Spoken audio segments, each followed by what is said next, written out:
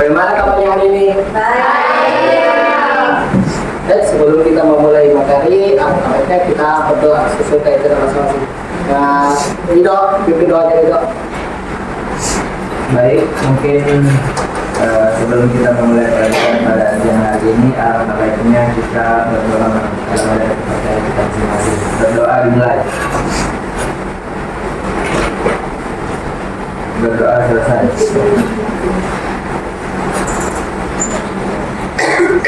Baik, sebelum kita mulai tahu, apakah ada yang tahu apa itu neraca laju atau ada yang perlu dengar? Baik, dari Putri. Silakan. Jadi neraca laju itu adalah lembar kerja yang dimana terdiri dari beberapa kolom. Ada kolom neraca yang dimana juga terdiri dari dua antara debit sama kredit. Kemudian ada juga kolom khusus penyesuaian. Juga dia terdiri dari debit sama kredit. Kemudian setelahnya itu ada kolom neraca saldo setelah penyesuaian. Sama di sebelahnya lagi ada kolom besar laba rugi, sama di sebelahnya lagi kolom neraca. Jadi mana itu terdiri dari isinya dari beberapa akun. Dan dimana juga kita nanti dipermudah di dalam menyusun laporan keuangan. Laporan keuangan neraca sama laba rugi. Baik, terima kasih Putri. Ada yang lain, tanggapan yang lain?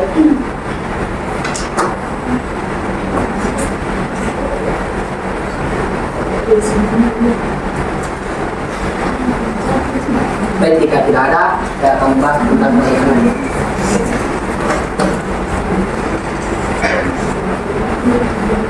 Nah, pengertian kata kerja itu adalah selembar kertas berkolom-kolom yang dipergunakan untuk membantu menggabungkan seluruh data akuntansi pada akhir periode akuntansi.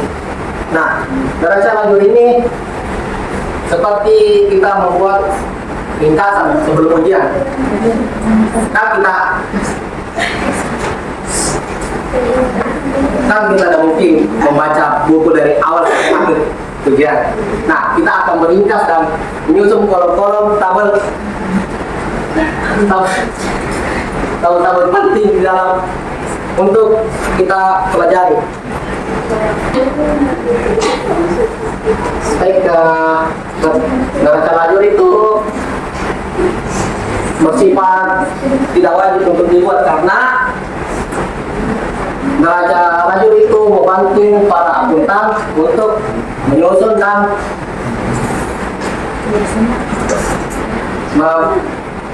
mempermudah para akuntan untuk menyusun laporan keuangan yang akan datang seperti neraca atau laporan laba rugi.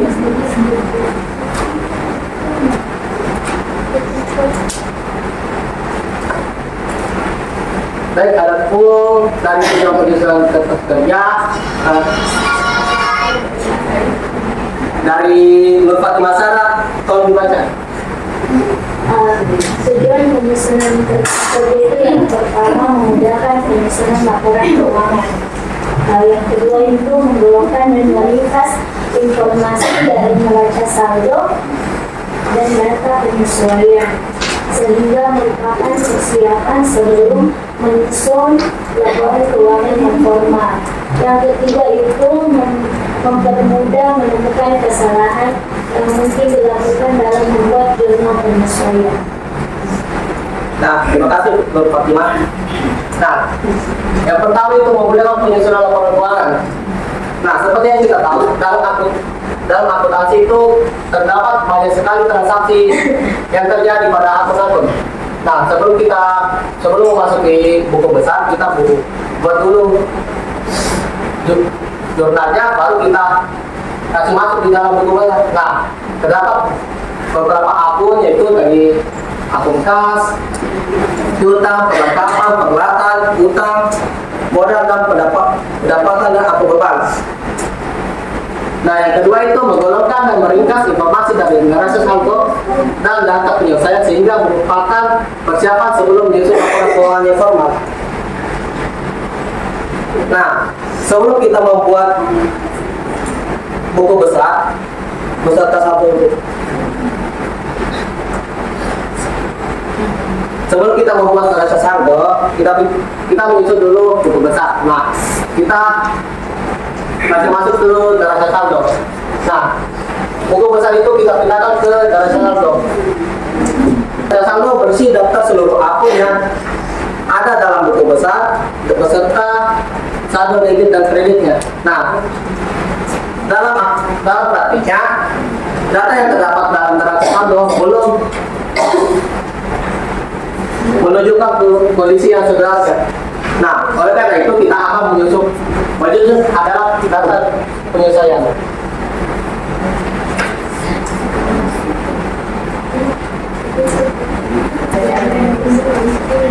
Nah, data-data yang mau diselesaikan itu seperti perlengkapan yang sudah digunakan, yang beban yang harus dibayar, pendapatan yang masih harus diminta, diterima, dan penyusutan peralatan. Nah, yang terakhir itu mempermudah menemukan kesalahan yang mungkin dilakukan dalam membuat jurnal penyelesaian. Nah, dalam proses pencatatan transaksi, terkadang akuntan akan dapat melakukan kesalahan. Kesalahan tersebut bisa terjadi karena berbagai alasan, misalnya karena kurang teliti, kurang salah menghitung atau salah memahami transaksi. Nah, kesalahan-kesalahan tersebut dapat menyebabkan laporan keuangan menjadi kacau, tidak akurat. Namun dengan adanya neraca lajur, kita bisa melihat kondisi laporan keuangannya.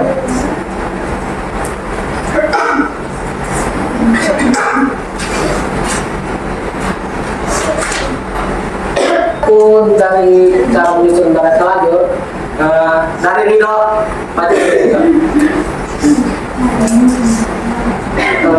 Adapun cara menyusun neraca lajur yaitu yang pertama memasukkan saldo-saldo yang terdapat dalam rekening buku besar ke dalam kolom neraca saldo pada formulir neraca saldo di mana jumlah debit dengan jumlah kredit harus sama.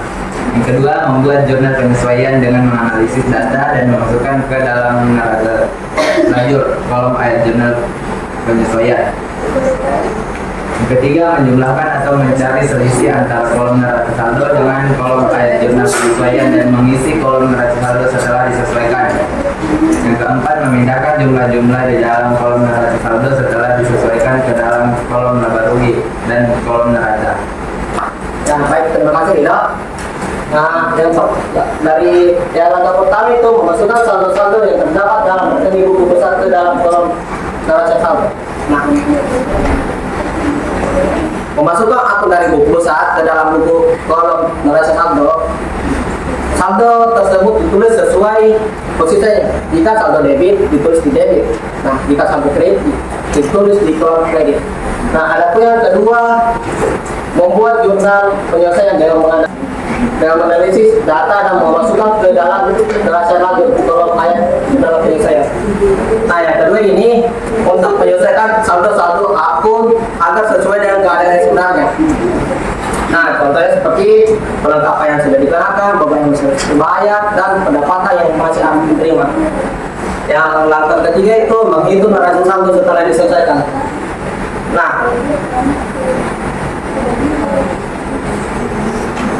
Nah, neraca saldo dan jurnal penyelesaian itu kita akan mencari selisihnya.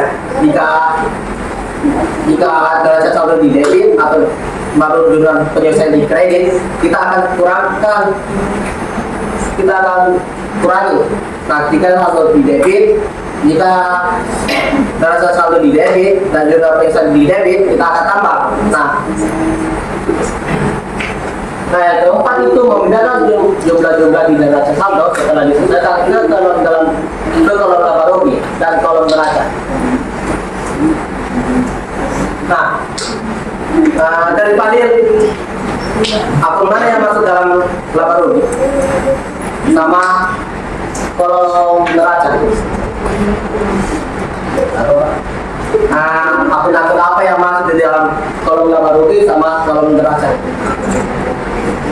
Beban sama pendapatan Pak. Kalau kolom neraca,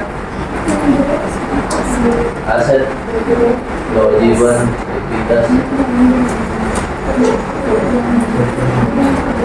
Baik, terima kasih Pak Din. Dengan cara ini kita dapat mengetahui apakah perusahaan mengalami laba atau rugi. Nah, serta mengetahui posisi keuangan perusahaan. Baik, ada pun contoh soal kasusnya di sini.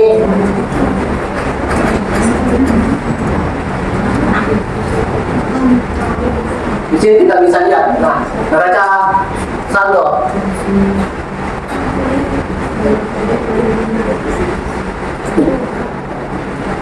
Dan jurnal penyelesaian. Nah, jurnal penyelesaian itu masuk di dalam buku beban dan sewa dibayar di muka. Nah, adapun pekerjaannya itu kita pindah.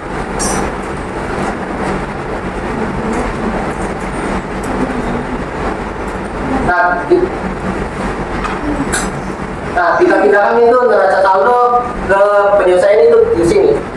Nah, kita cari dulu neraca saldo, kita hitung. Nah, neraca saldo dan penyelesaian itu kita pindahkan ke neraca lajur.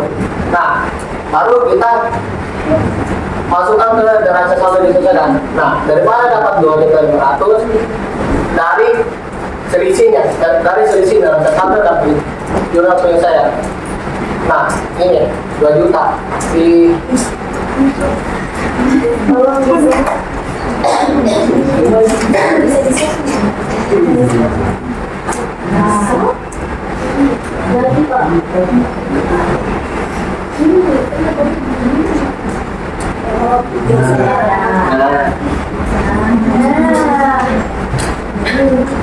Nah, seperti yang dijelaskan tadi, yang Bapak jelaskan tadi, neraca saldo dalam jurnal penyelesaian kita itu cari selisihnya. Nah, neraca saldo 9 juta di debit. Nah, penyelesaian itu di kredit 2 juta. Maka kita akan kurang jadi 7 juta. Begitu juga dengan ini 3.450.000 di debit dan juga penyelesaian itu 1.250.000 didapat 2.200.000.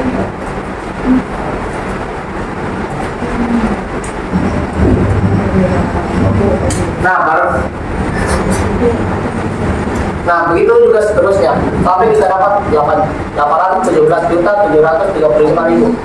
Kita jumlahkan dari di debit baru di kredit juga harus sesuai. Nah, adapun dari kolom laba rugi seperti yang disebutkan tadi oleh Pak Dir, yang masuk di dalam kolom laba rugi itu, nah, ini.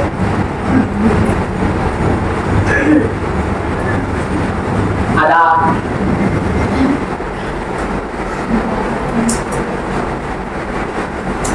beban-beban yang masuk di kolom dalam laba rugi.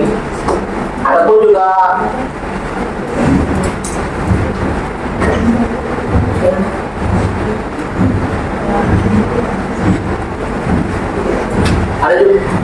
ada pun juga pendapatan jasa yang masuk ke dalam kolom laba rugi. Nah, cara simpelnya begini.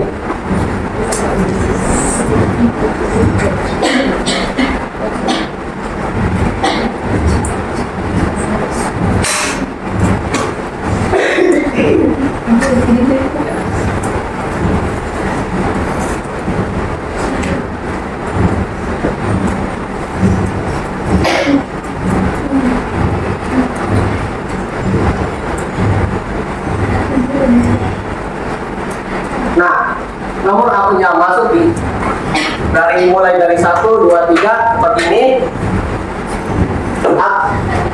Dari awal 1, 2, dan 3 kita akan masukkan ke dalam posisi keuangan. Nah, kalau 4 seterusnya kita akan masukkan ke laba rugi. Nah, betul sekali.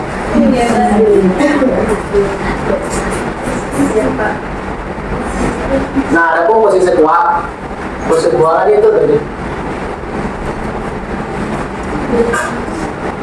Nah, posisi keuangan itu kita ambil dari neraca saldo yang disesuaikan. Baik, kenapa laba rugi sama posisi keuangan itu tidak balance atau tidak sesuai, karena kita akan mencari tahu laba bersihnya. Nah, kenapa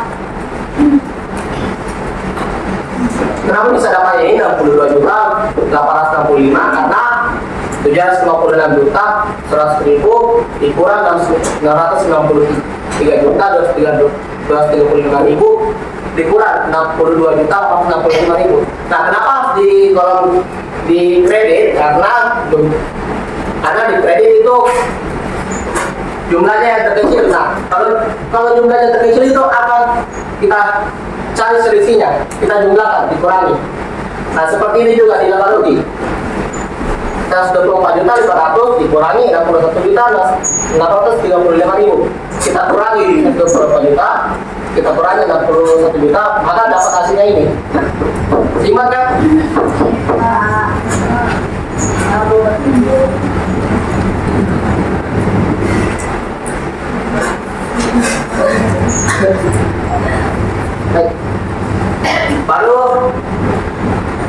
Baru kita hitungkan, hitung 693 juta 235 ribu ditambah 62 juta 865 ribu ditambah, jadi hasilnya 756 juta 100 ribu. Nah, seimbang kan sama ini. Begitu juga ini 124 juta 500 61 juta 135 ribu ditambah 62 juta tambah 95 ribu, kita hasilnya kita dapat ini. Nah, sebelum kita menutup pelajaran kali ini, anggap aja kita isi dulu kuis yang Bapak kirimi di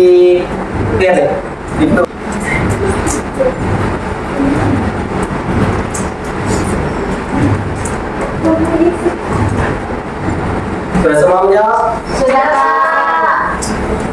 Baik, siapa yang bisa membaca kesimpulan di atas? Dido, Pak. Baik, dari Dido, dipersilakan.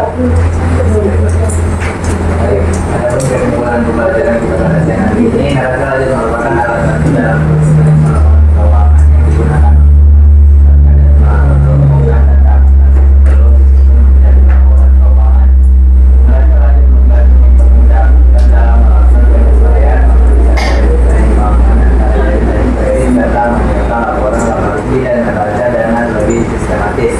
dengan adanya neraca lajur sekalahan dalam penjelasan data lebih mudah ditemukan dalam dan diperbaiki sebelum laporan keuangan disebut secara resmi.